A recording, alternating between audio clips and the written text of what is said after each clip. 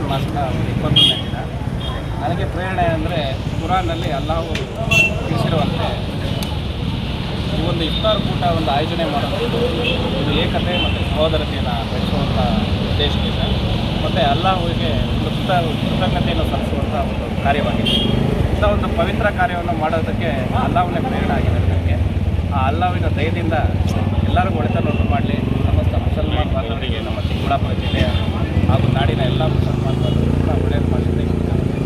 ಜೊತೆಯಲ್ಲಿ ಏಕತೆ ನಮ್ಮ ದೇಶದ ವಿಶಿಷ್ಟನೇ ಅದು. ಯಾಕೆಂದರೆ ವಿಶೇಷವಾಗಿ ನಮ್ಮ ದೇಶದಲ್ಲಿ ಹಲವಾರು ಜಾತಿ ಧರ್ಮಗಳನ್ನ ಪಾಲಿಸುವ ಜನಗಳಿದ್ದಾರೆ. ಎಲ್ಲೂ ಕೂಡ ನಾವು ಇಲ್ಲಿ ಜಾತಿ ತತ್ವಗಳನ್ನಾಗಲಿ ಮತ್ತು ಬೇರೆ ಮತಗಳ ಒಂದು ಪಂಗಡಗಳನ್ನ ಸೃಷ್ಟಿ ಮಾಡಿ ಬೇರೆ ಒಂದು ವಿಭೇದಗಳನ್ನ ಮಾಡ್ತೀರಾ ಎಲ್ಲರೂ ಕೂಡ ನಾವೆಲ್ಲ ಒಂದೇ ಭಾರತೀಯರನ್ನು ಭಾವನೆ ಮಾಡಿದ್ದೇವೆ. ಹಾಗಾಗಿ ಇಡೀ ವಿಶ್ವದಲ್ಲೇ ಇವತ್ತು ನಮ್ಮ ಭಾರತ ವಿಶಿಷ್ಟವಾದ ಒಂದು ದೇಶವಾಗಿ ಎಲ್ಲರೂ ಕೂಡ ಹೆಮ್ಮೆಯಿಂದ ಗುರುತಿಸುವಂಥ ಒಂದು ದೇಶವಾಗಿ ಬೆಳೆದಿದೆ. ಸರ್, ಚಿಕ್ಕಬಳ್ಳಾಪುರದಲ್ಲಿ ಹಿಂದೂ ಮುಸ್ಲಿಂ ಬಾಂಧವ್ಯ ಸಹೋದರತ್ವ ಭಾವ ಯಾವ ರೀತಿ ಇದೆ ಸರ್? ಚಿಕ್ಕಬಳ್ಳಾಪುರದಲ್ಲಿ ಹಿಂದೂ ಮತ್ತು ಮುಸ್ಲಿಂ ಬಾಂಧವ್ಯ ಭಾಳ ಚೆನ್ನಾಗಿದೆ. ತಾವೆಲ್ಲ ಗಮನಿಸಿದ್ದೀರ ಮಾಧ್ಯಮದವರು.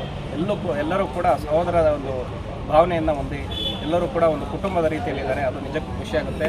ಮುಂದೆ ಕೂಡ ಇದೇ ರೀತಿ ಚಿಕ್ಕಬಳ್ಳಾಪುರ ಒಂದು ಶಾಂತಿಗೆ ಎಲ್ಲರೂ ಕೂಡ ಸಹೋದರ ರೀತಿಯಲ್ಲಿ ಬೆರೆತು ಒಗ್ಗಟ್ಟಾಗಿ ತಾಲೂಕಿನ ಒಂದು ಏಳಿಗೆ ಶ್ರಮಿಸ್ತಾನೆ. ರಂಜಾನ್ ಮಾಸದಲ್ಲಿ ಶಾಂತಿ ಸಂದೇಶ ಏನಂತ ಹೇಳಿದ್ರೆ ಎಲ್ಲರೂ ಏಕತೆ ಮತ್ತು ಸಹೋದರತೆಯನ್ನು ಅನ್ನುವ ಒಂದು ಭಾವನೆಯನ್ನು ಹೊಂದಿರಬೇಕು.